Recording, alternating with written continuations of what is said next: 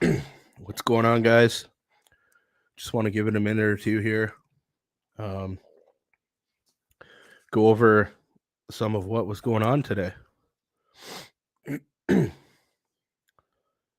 That was quite the day. Quite the day that was had there. Um, Started talking about it earlier and lost my voice.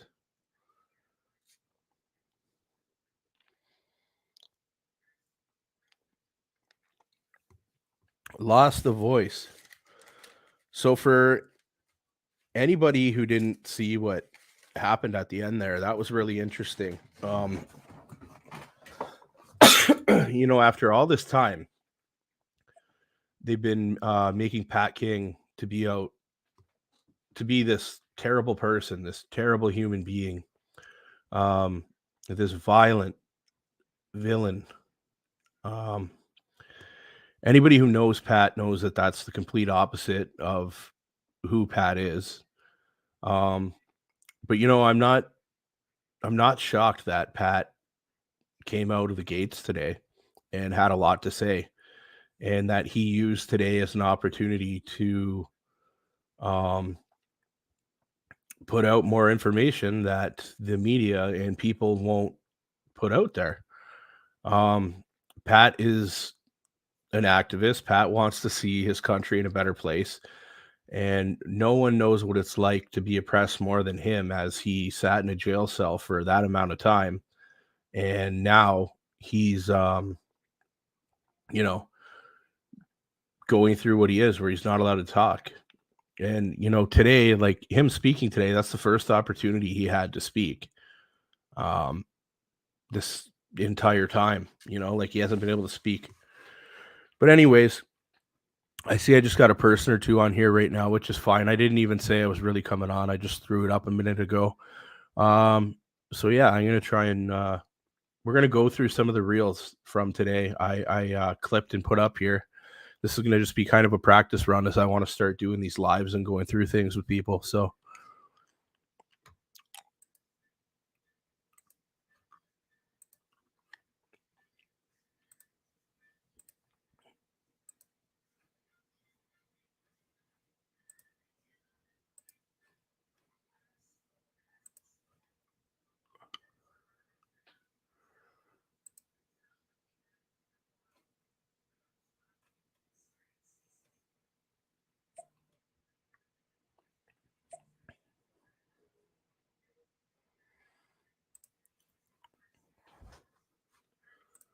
committing unlawful acts or criminal acts, and you say the convoy has been clear, it only supports peaceful assembly. At this point in time, I take it you were aware that there were some officials that were suggesting that some of the conduct going on was unlawful? Yeah, and I've heard that a lot. And what I've always struggled with is at what point in time did those officials believe it became an unlawful assembly, and on what basis? Because it just seemed to be a terminology that started to morph and become adopted with no particular triggering event or explanation as to what that individual or official thought constituted an unlawful. You note... yeah, so I mean, that was, good to see. And interestingly enough, Keith put it to them essentially, at what point did we determine that the convoy was an illegal assembly? Because there's still been no information provided by the police or anyone who's pursued any type of charges.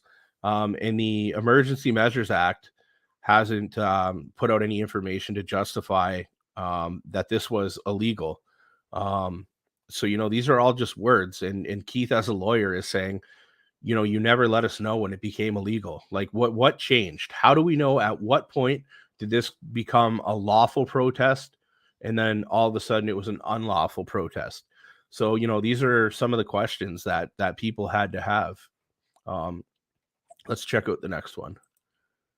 So Keith was up first today. By either the police or your group to carry out a protest other than on Wellington Street. I'd heard something about near the War Museum. Are you aware of anything like that? Yeah, no, there wasn't. And that was one of our frustrations, Mr. Commissioner, was that we were always faced with this zero-sum choice with the police liaisons. We were trying to, I really believe that if we could have a stepped type process, you know, a ramping down, and building off success and building trust.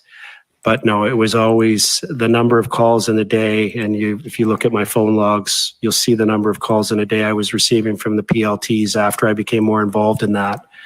And it was always the same question: Keith, what's the exit strategy?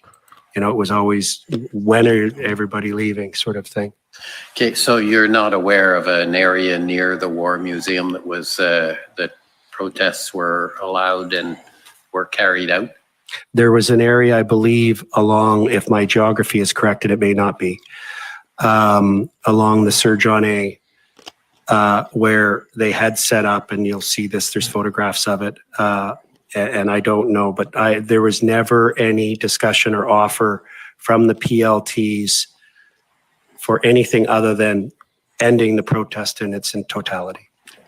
Did you ever, either the police or your group, to carry out a protest other than on Wellington Street? I'd heard something about near the War Museum. Are you aware of anything like that? Yeah, no, there wasn't. And that was one of our frustrations, Mr. Commissioner, was that we were always faced with this zero-sum choice with the police liaisons. We were trying to, I really believe that if we could have a stepped type process, you know, a ramping down, and building off success and building trust.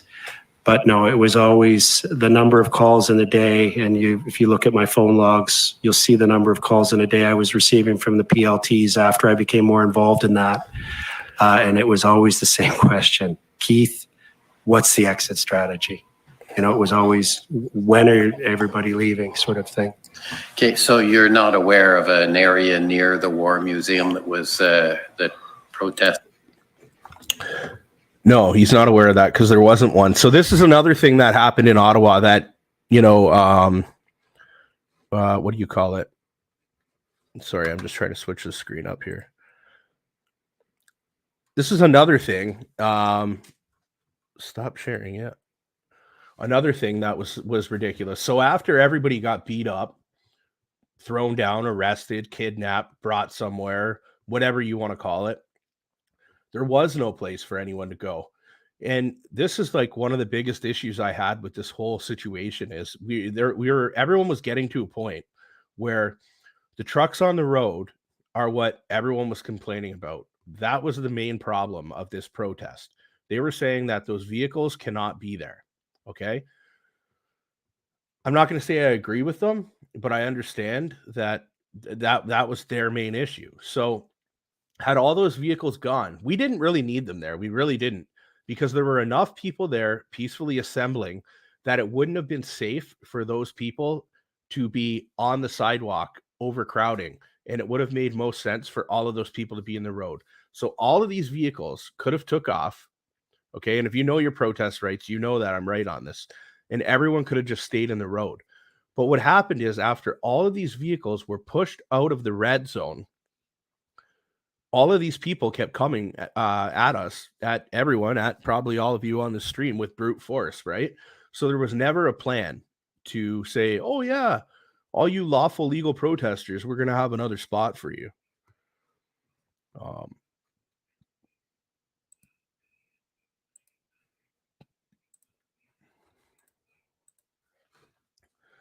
So we already watched this one and that one. Okay, so Keith went first, did a fantastic job. Obviously, with Keith going, there were some, what do you call it? There was a couple different councils that passed on questioning him. Not surprised. I mean, he is a lawyer. So, you know, he's not going to be very easy to cross-examine. And then Tom came up next. So we'll play a video by Tom. And Tom did a fantastic job today.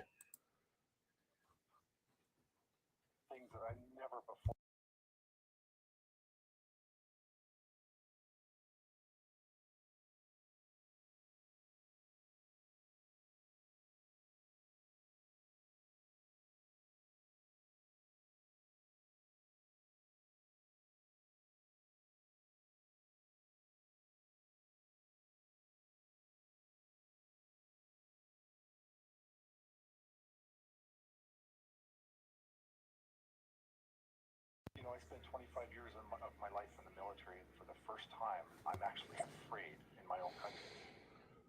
And he said, you know, never be afraid. Like, you can't be afraid of the police or the government. They're here to serve us. And I think for me that kind of flipped a switch, where I was like, I went from thinking I'm afraid to get arrested or beaten by the police or getting an $880 fine to, you know what, now I want the fine. I'm done. I'm not going to hide from these people anymore. And so that started to mentally transition the way I thought. And then we came to a point where I thought, well, at some point the lawyers are going to step in and intervene and start protecting the public. And they didn't, except for a few. Then when the vaccine came out, I thought, well, the medical community is going to stand up and things that I never before believed that I would see in Canada related to the way the police and bylaw and the government were going after Canadians. And for the first time in my life, I was, actually afraid of police. And I have several friends that are police officers. And I had a phone call with Randy Hilliard. Okay, we heard that part. My bad. Convoy itself, most of the people that I was interacting with. But I got the feeling they were there for their families, for their communities. I know one driver I spoke to said that he didn't have anything to go back to until these mandates were lifted. And they were quite determined. I didn't find them to be difficult. There was a little bit of a language barrier with one of the French-speaking men that I spoke to. But I didn't find it difficult. I just found it a different style of motivation. Convoy itself, most of the people that I was interacting with. But I got the feeling they were there for their families, for their communities. I know one driver I spoke to said that he didn't have anything to go back to until these mandates were lifted. And they were quite determined. I didn't find them to be difficult. There was a little bit of a language barrier with one of the French-speaking men that I spoke to. But I didn't find it difficult. I just found it a different style of motivation. Convoy itself, most of the people that I was interacting with. But I got the... Yeah, James, I know exactly what you're talking about. When Tom left, like, that was the best. It was just like so perfectly orchestrated. It's like, yeah, you know what, guys? You want to talk to me now? I've been trying to talk to you guys for so long. You guys can kick dirt, kick rocks. What do we got next? Pat. Okay. I want to say a few things about Pat. Hold on, let me get this banner down. Once again, guys, I'm pretty new to this. Forgive me. We're doing this together.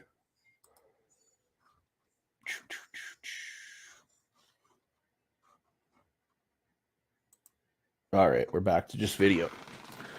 I want to tell you guys about Pat. So Pat, I considered a friend of mine. I really do. He's a good guy, man. That guy, he truly wears his heart on his sleeve. He cares about his country. He cares about his people. And he has no issue. He has absolutely no issue at all throwing himself under the bus for the betterment of everyone else. And I think it's very clear now. And when you put yourself out there the way Pat has, people start to take shots at you. People start to say things about you that aren't necessarily true. People start to talk. And, Pat's been at home now since he got out of jail, and he hasn't breached any of his conditions. He's done nothing wrong at all. And he's still not allowed on social media. He's still not allowed to call his friends. He's still not allowed to talk to anyone from the convoy. I'd imagine, well, no, I wouldn't imagine. For sure, today's the first day he got to see anyone since they've all been arrested. Can you imagine the emotions that were going on in that room today? You know, like they're man, what an emotional roller coaster for everyone, all parties involved, being in that room together after not being together for over a year since all this happened. Um, it's a hard thing to do, but the first time I met Pat is when a local restaurant in Peterborough called Peter Burgers was holding the line, man. These people were going against the public health orders. I'm talking big time. Like they had the doors locked down, cameras all outside the restaurant watching at all times of the night. People were sleeping in this restaurant and it was being targeted by the police. They were trying to shut it down in public health. What a crazy thing to see. You thought you were like in this building with Canada's Most Wanted, and you're literally with a family who wants to keep their restaurant open. It was ridiculous. So they decided to put a rally on and they wanted to garnish a lot of support. So Pat King came to Peterborough because he appreciated this restaurant that Roy and Nicole from Holdfast owned.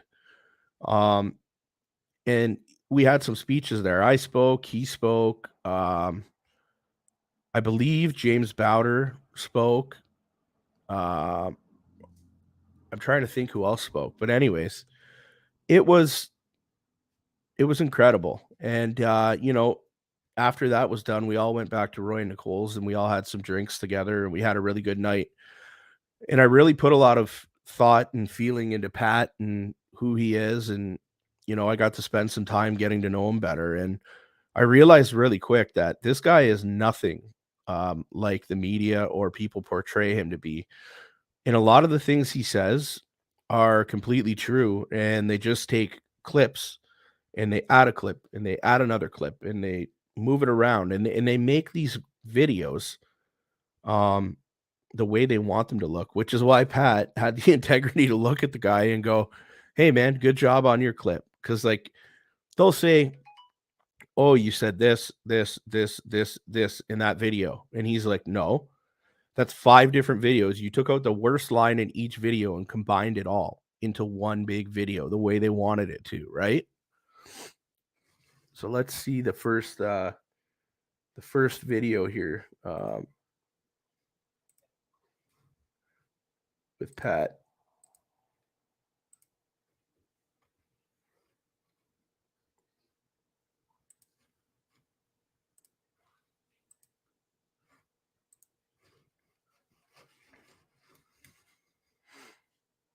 And I understand you had a large following on social media. Is that correct? Can you define large? Well, how big was your following? It was big. Can you define big? It was international. It was big. Okay. 100,000, 200, 300, 400,000? That all depends on Facebook's algorithms, what they really say. But on my website and on my Facebook page, about 500,000 people. Thank you.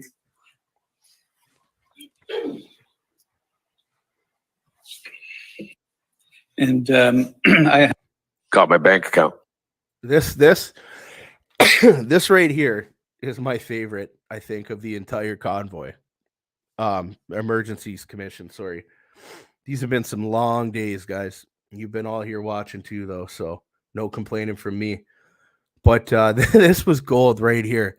You literally are facing down the person who ruined your life, who took your child's savings away, who froze your bank account you still cannot get into.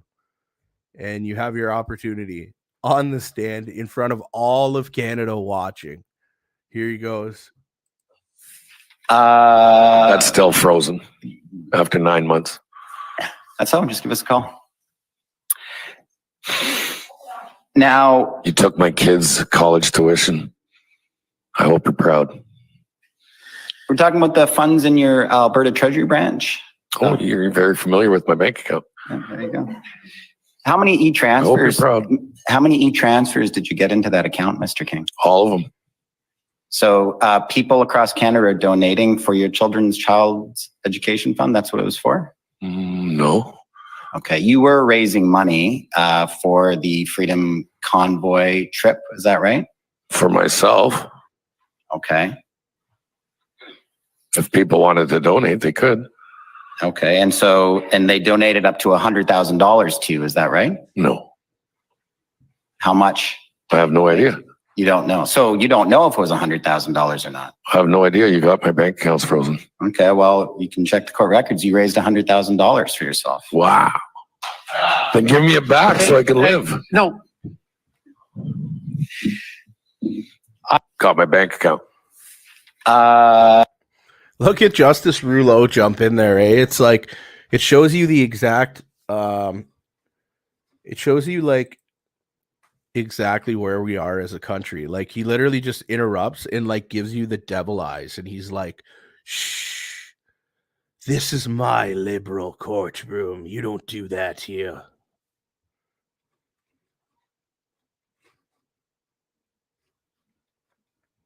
All right, let's go on.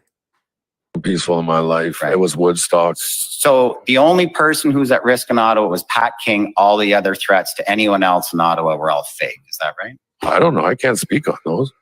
You know, my lawyer has been given death threats and bomb scares because she represents me.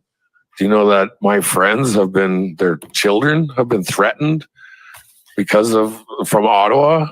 Do you know that, and I hate to say this, but this town is full of a bunch of people who really don't like people who speak out. I disagree, Mr. King. Ottawa has dozens of large protests, many much larger than the one that you organized every single year. I've been here for it. I'm not sure that was a question. So,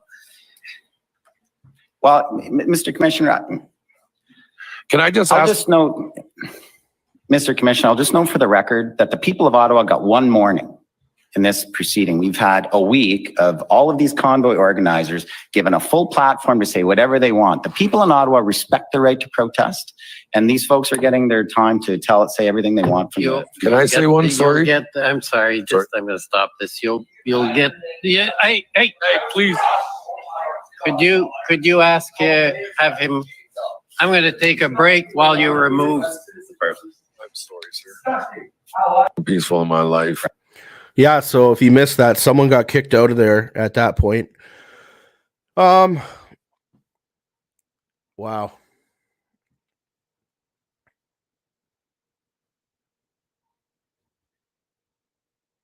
This you know what's funny? That now I remember what I was going to say. Is how this guy Mark Champ here, the council for Ottawa residents, he's going on about how the Ottawa residents only had one morning and how we've had this going on all week. Well, guess what? You've had 2 years, okay? And the only reason you only had one morning is because you only had one person from Ottawa complain, file an injunction, and testify. Because most of Ottawa was with us. Don't you get it? If there was 100 people from Ottawa who put in things and complained and this and that and court proceedings and yada, yada, yada, there'd be a whole week of them too. But clearly they weren't getting bothered enough to go through the measures to do that.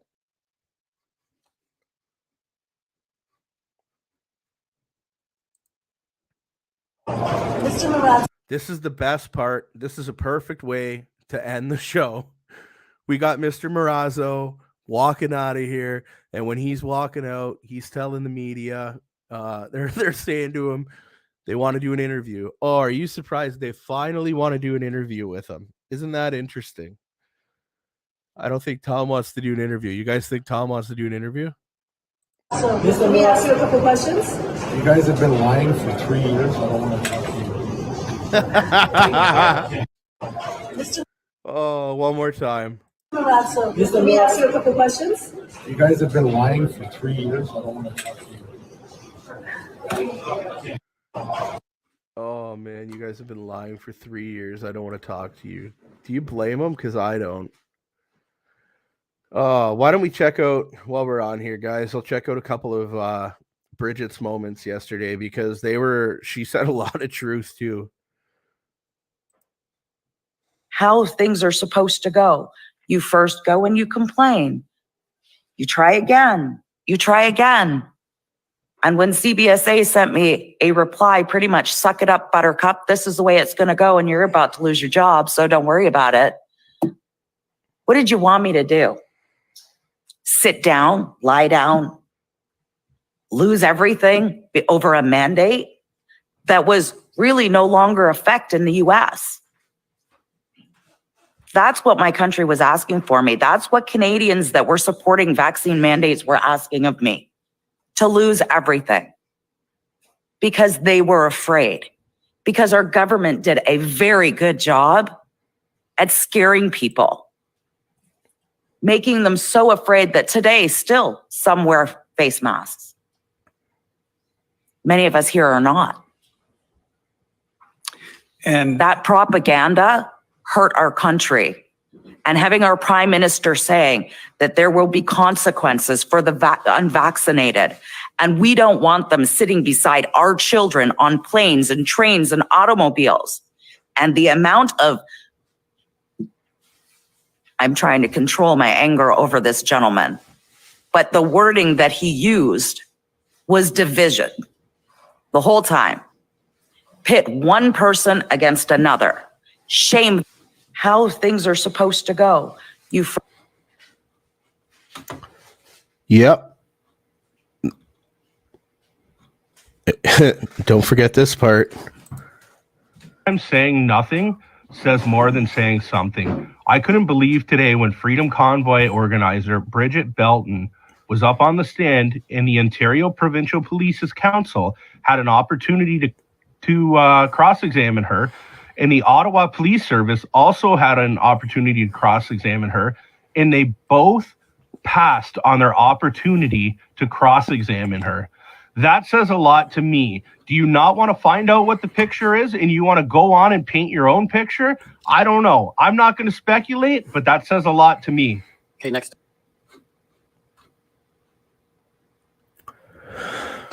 You know, that's what it is. And we all seen the same thing happen with Pat today too, right? Like Pat goes up there, gets on the stand.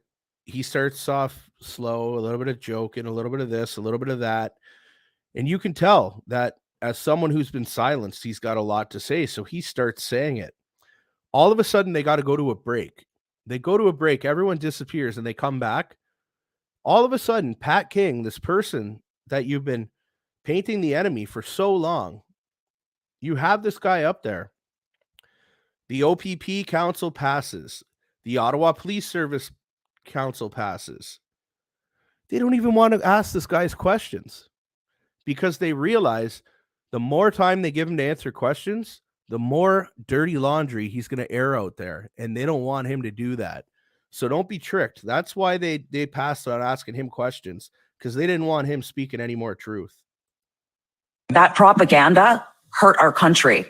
And having our prime minister saying that there will be consequences for the unvaccinated, and we don't want them sitting beside our children on planes and trains and automobiles. And the amount of, I'm trying to control my anger over this gentleman, but the wording that he used was division the whole time. Pit one person against another. Shame them, make them comply. And if they don't, they will. I'm sorry. I draw the line when my government wants to throw something into my body I cannot remove. That is where I draw the line. Bodily autonomy, it is mine. It is not my government's. thank you for answering my questions.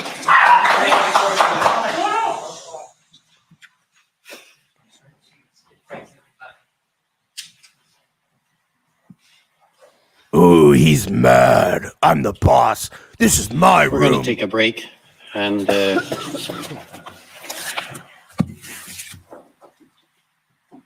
I'm going to consider whether we're going to clear the hall. So I'm going to take a short break, and when I come back, I'll decide if we're going to clear the hall.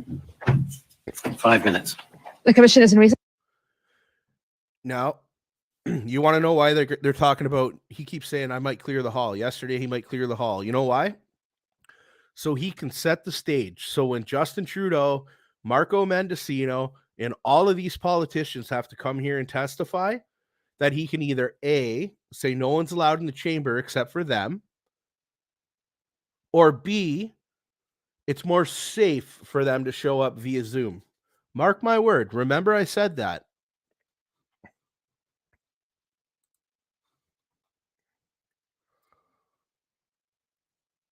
Let's go have a peek at something here.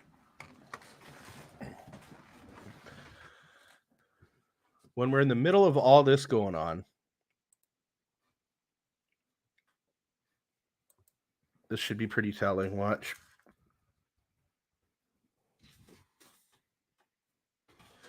Tyrants try and hang on to power big time, eh? Oh, there's Tom again. But what I'm thinking, sorry about that, guys.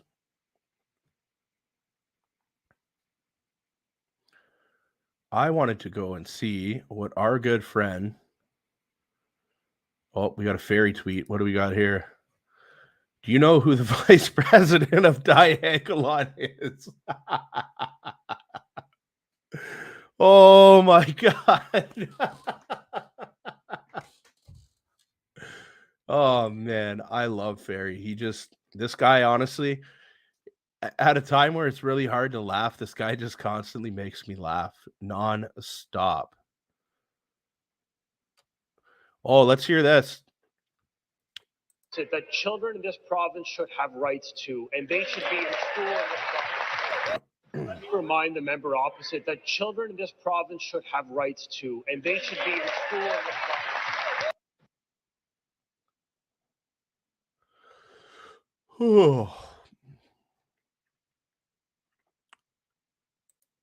Yeah, you remember this part? Paul Champ here. He comes out and if Tom said this or something, like, this is pretty racist comment right here. Listen to him. And then finally, Diagolon, you said that this was a joke and it was about creating a diagonal state of people who don't wear masks.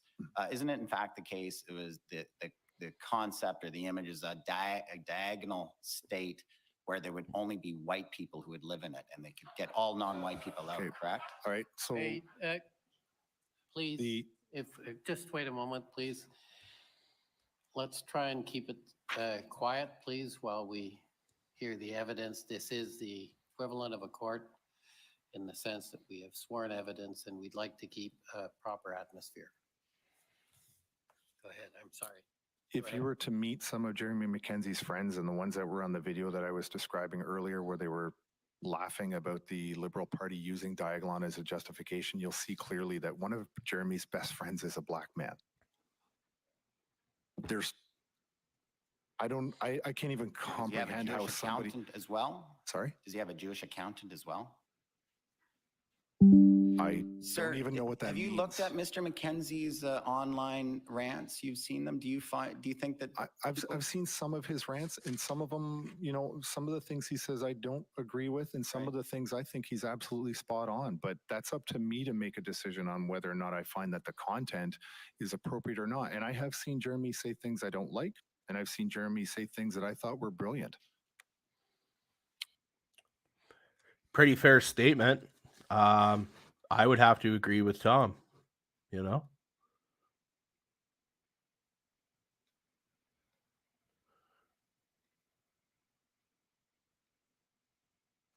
Oh, Sloan, I'm here in Ottawa supporting my friend Tom Razzo as he testifies at the Emergencies Act inquiry in relation to his role as organizer and the spokesperson of the Freedom Convoy. It's always a good day to stand together for freedom against tyranny.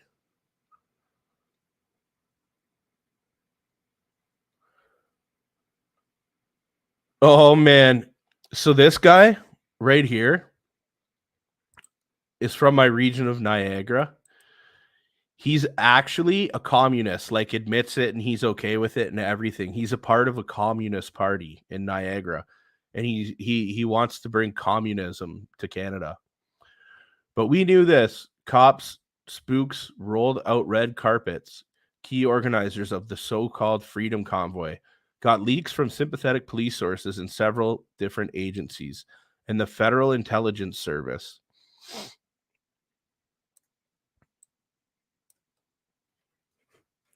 Unbelievable.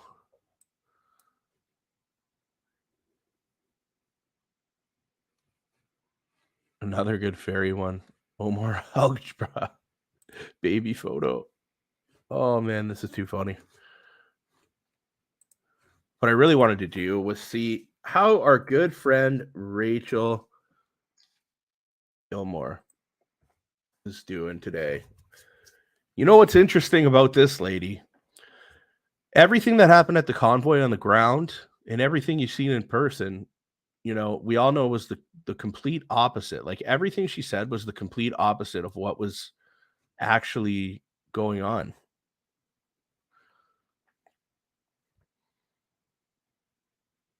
It's just so earlier King said Ottawa is a town full of a bunch of people who really don't like people who speak out. Now he's saying he has nothing against the city of Ottawa. We weren't bad people, sir. We were Canadian citizens who we've shown Canadians pride. We're nice. With that, commission adjourned for the day.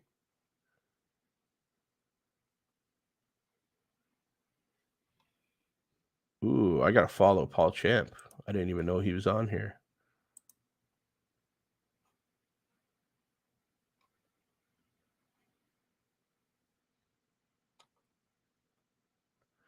It's all like a big game. It's all circus, you know.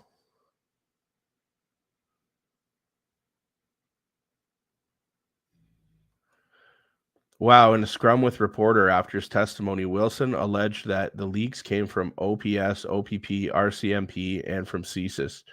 CSIS is Canada's spy agency. There was a steady stream of information and leaks coming from all of the different police forces and security agencies. Why is that so surprising, Rachel? All of Canada was there. You just choose to serve the machine and nod your head and do as you're told. Shame. But anyways, guys, I am absolutely pooched. I'm going to go throw together a bunch of clips and try and get them up on the internet. Share this all out there so we can all get it out there. I'm assuming that Derek is going on to a stream shortly. This is normally the night Jeremy goes on. So if you guys aren't following Derek, go type in Derek Rants on YouTube. And he'll be having a stream probably going on about 8:30 or 9. Doings, what's up? Nice to see you. Nice to see you, James, Walking Ghost.